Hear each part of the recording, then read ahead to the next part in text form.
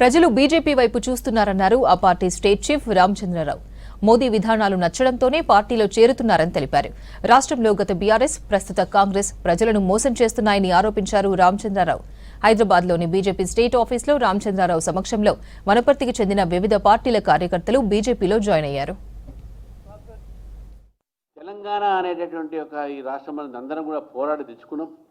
ఈ తెలంగాణలో గతంలో బీఆర్ఎస్ ప్రభుత్వం మొత్తము ఏదైతే అవినీతి చేసిందో దాంతో ఈరోజు ప్రజలందరూ కూడా దాని యొక్క ప్రభావం అంతా కూడా చూసి ఈరోజు ప్రభుత్వాన్ని మార్చారు.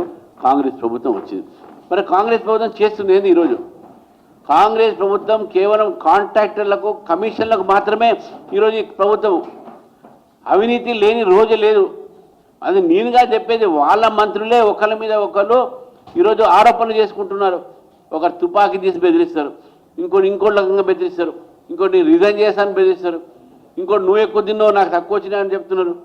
వారు కుటుంబంలో వాళ్ళు చేస్తున్నారు, అట్లా ప్రభుత్వంలో వీళ్ళిట చేస్తున్నారు. కాబట్టి తెలంగాణ ప్రజలు రెండు పార్టీలను చూశారు.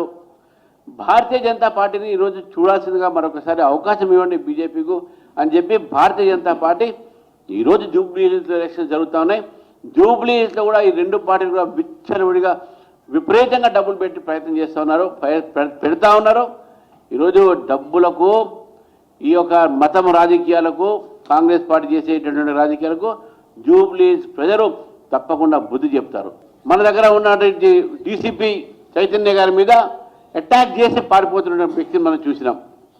ఆ వ్యక్తిని కూడా ఈరోజు హాస్పిటల్లో పోతే చైతన్య గారికి దెబ్బ తాకితే ఎవరు పోలే, కానీ హాస్పిటల్లో మాత్రం ఎవరైతే డీసీపీని పొడిచాడో అతన్ని మీ చూడటానికి మజ్లిస్ నాయకులు పోతారు.